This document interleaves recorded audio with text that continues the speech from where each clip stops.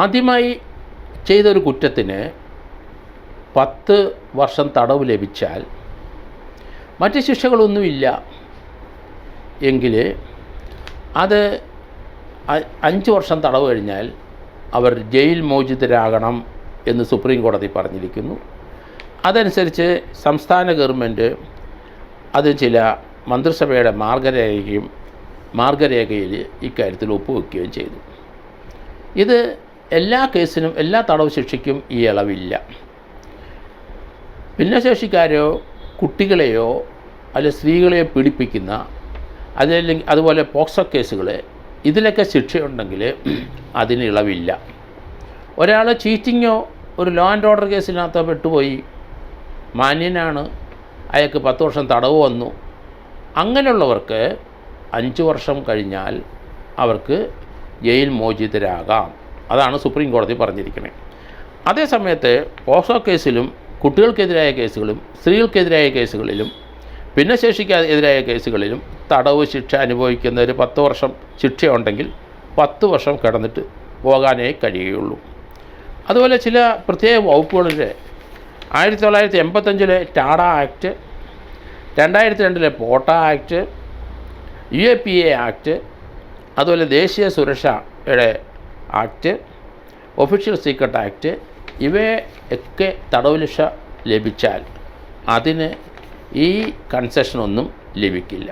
അതുപോലെ anti hijack, plain തട്ടിക്കൊണ്ട് പോവുക, അതിനുള്ള ശിക്ഷ എത്ര വർഷമായാലും ശരി ആ ശിക്ഷ അനുഭവിച്ചേ പറ്റുള്ളൂ. ലഹരി മരുന്ന് കേസിന് ഇളവില്ല. തീവ്രവാദ ബന്ധപ്പെട്ട് ഒരാളെ അറസ്റ്റ് ചെയ്തിട്ടുണ്ടെങ്കിൽ അത് ശിക്ഷിച്ചിട്ടുണ്ടെങ്കിൽ ശിക്ഷാ കാലാവധി മുഴുവൻ കിടന്നേ പറ്റുള്ളൂ. രാജ്യദ്രോഹകരമായ കുറ്റം ചെയ്തിട്ടുണ്ടെങ്കിൽ എത്ര വർഷം ശിക്ഷിച്ചോ അത്രയും വർഷം കിടന്നേ പറ്റുള്ളൂ. മറ്റു ഗുരുതരമായ മർഡർ കേസുകൾ അതിനൊന്നും ഇളവ് ലഭിക്കില്ല. തുറന്ന ജയിലിലെ അങ്ങനെയുള്ള ആൾക്കാരെ 10 വർഷം ശിക്ഷിച്ചിട്ട് ഫസ്റ്റ് ഒഫൻഡറാണ് എങ്കിൽ അവരെ തുറന്ന ജയിലിലേക്ക് മാറ്റി 5 വർഷം കഴിഞ്ഞപ്പം അവരെ പറഞ്ഞു വിടാം എന്ന് സുപ്രീം കോടതിയുടെ നിർദ്ദേശം അനുസരിച്ച് കേരള ഗവൺമെൻറ് മന്ത്രിസഭ ആ മാർഗരേഖ അംഗീകരിച്ചു എന്നുള്ളതാണ്. നമുക്കറിയാം, ഇവിടെ കഴിഞ്ഞ തിരുവനന്തപുരം റൂറലിലെ ഒരു ഭിന്നശേഷിക്കാരിയെ പ്രകാശൻ എന്ന് പറഞ്ഞ ഒരാൾ അവർ പീഡിപ്പിച്ചു, അതിനെ ശിക്ഷിച്ചു, അതിനെ കൊന്നു. ആ കേസിൽ അയാൾക്ക് ശിക്ഷ ലഭിച്ചു. 18 വർഷം ശിക്ഷ ലഭിച്ച പ്രകാശൻ തനിക്ക് കൺസെഷൻ വേണം, തനിക്ക് ജയിൽ മോചിതനാകണം എന്നുള്ള അപേക്ഷ ഗവൺമെൻറ് കൊടുത്തു. കാരണം ജീവപര്യന്തം തടവ് സാധാരണഗതിയിൽ 14 വർഷം കഴിയുമ്പോൾ അത് ഗവൺമെൻറ് ബോർഡ് കൂടിയിട്ട് പരിഗണിക്കാറുണ്ട്. ഇയാൾ 18 വർഷം കിടന്നിരിക്കുന്നു, അതുകൊണ്ട് എനിക്ക് കൺസെഷൻ തരണം എന്നുള്ള പ്രകാശൻ്റെ അപേക്ഷ ഗവൺമെൻറ് നിരസിച്ചു.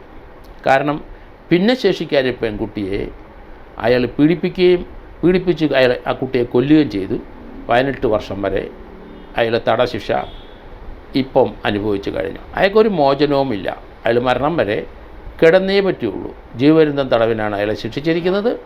അതുകൊണ്ട് അങ്ങനെയുള്ള കേസിന് ഒരു കൺസെഷൻ ഉണ്ടാകില്ല. അതേസമയത്തും cheating, law and order case, രാഷ്ട്രീയക്കാരുടെ കേസുകൾ, ഇങ്ങനെയൊക്കെയുള്ള അബദ്ധത്തിലൊരു കേസ്, അല്ലെങ്കിൽ ഒരാളെ അറിയാതെ അടിച്ചുപോയി, അയാളെ കാലും കൈ ഒടിഞ്ഞു, അങ്ങനെയുള്ള കേസുകളിൽ ഒരു മോട്ടോർ ആക്സിഡൻറ്റ് കേസിൽ വന്നു, അങ്ങനെയുള്ള കേസുകൾ 10 വർഷം ഫസ്റ്റ് ഒഫൻഡറായിട്ട് ഒരു തടവ് ശിക്ഷ ലഭിച്ചിട്ടുണ്ടെങ്കിൽ അത് 5 വർഷമാക്കി ചുരുക്കി അവരുടെ തടവിൽ നിന്ന് അവരെ മോചിപ്പിക്കാമെന്നാണ് സുപ്രീം കോടതി പറഞ്ഞിരിക്കുന്നത്.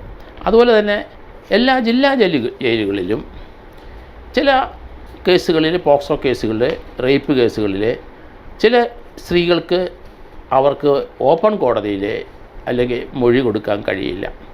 അങ്ങനെയുള്ളവരുടെ മൊഴി രഹസ്യമായ ഒരു മുറിയിൽ വെച്ച് എടുക്കണം എന്ന് സുപ്രീം കോടതി 2018 പറഞ്ഞു. ഇന്ത്യ മുഴുവൻ അത് നടപ്പാക്കണം. പക്ഷേ അത് ഇതുവരെ നടപ്പാക്കി കാണാത്തതുകൊണ്ട് DY ചന്ദ്രചൂഡ് ചീഫ് ജസ്റ്റിസിൻ്റെ നേതൃത്വത്തിൽ ഇപ്പോൾ ഒരു ഓർഡർ ഇറക്കിയിരിക്കുന്നു. ഏപ്രിൽ 30 മുമ്പ് ഇന്ത്യയിലെ മുഴുവൻ ജില്ലാ കോടതികളിലും ഒരു പ്രത്യേക കോടതി ഇങ്ങനെയുള്ള സന്ദർഭത്തിൽ ആ സാക്ഷികളെ വിസ്തരിക്കാൻ വേണ്ടിയിട്ട് ഉണ്ടായിരിക്കണം. അത് കൃത്യമായ ഒരു സ്പെയറായിട്ടുള്ള ഒരു ഓഫീസ് ഉണ്ടായിരിക്കണം എന്ന് സുപ്രീം കോടതി ഇപ്പം ഡിക്ലെയർ ചെയ്തിരിക്കുന്നു. അതനുസരിച്ച് ഇത് മൊഴി കൊടുക്കാനായിട്ട് കോടതി പലർക്കും ബുദ്ധിമുട്ടാണ്. റേപ്പ് കേസുകളിൽ, അതുപോലെയൊക്കെ ചില മാനഭംഗ കേസുകളിൽ, അങ്ങനെയുള്ള പിന്നെ മർഡർ കേസുകളിൽ അവർക്ക് ഭീഷണി ഉണ്ടാവും. എന്താണ് മൊഴി അവർ പറയുന്നതെന്ന് ഓപ്പൺ കോടതി സാധാരണ പറയുന്നത് മറ്റുള്ളവർക്കും ശത്രുക്കൾക്കും കേൾക്കാൻ സാധ്യതയുള്ളതുകൊണ്ട് അങ്ങനെയുള്ള ആൾക്കാരുടെ മൊഴി ജില്ലാ ജഡ്ജി പ്രത്യേകമായി സജ്ജീകരിച്ചിരിക്കുന്ന മുറിയിൽ വെച്ച് വേണം. എല്ലാ ജില്ലകളിലും, ഇന്ത്യയിലെ എല്ലാ ജില്ലകളിലും ഇതുപോലെയുള്ള മുറികളുണ്ടായിരിക്കണമെന്ന് ഒരു ഫൈനൽ ഓർഡർ സുപ്രീം കോടതി ഇപ്പം പുറപ്പെടുവിച്ചിട്ടുണ്ട്. അതനുസരിച്ച് ഏപ്രിൽ 30-നകം അങ്ങനെയുള്ള സാക്ഷികൾ ഇനി പേടിക്കേണ്ട. അവർക്ക് ആരും അറിയാതെ രഹസ്യമായി മൊഴി കൊടുക്കുന്നതിനുള്ള സംവിധാനം ഇന്ത്യയിൽ ഏപ്രിൽ 30-നകം ഉണ്ടായിരിക്കുന്നതാണ് എന്നാണ് ഇതിൻ്റെ അർത്ഥം.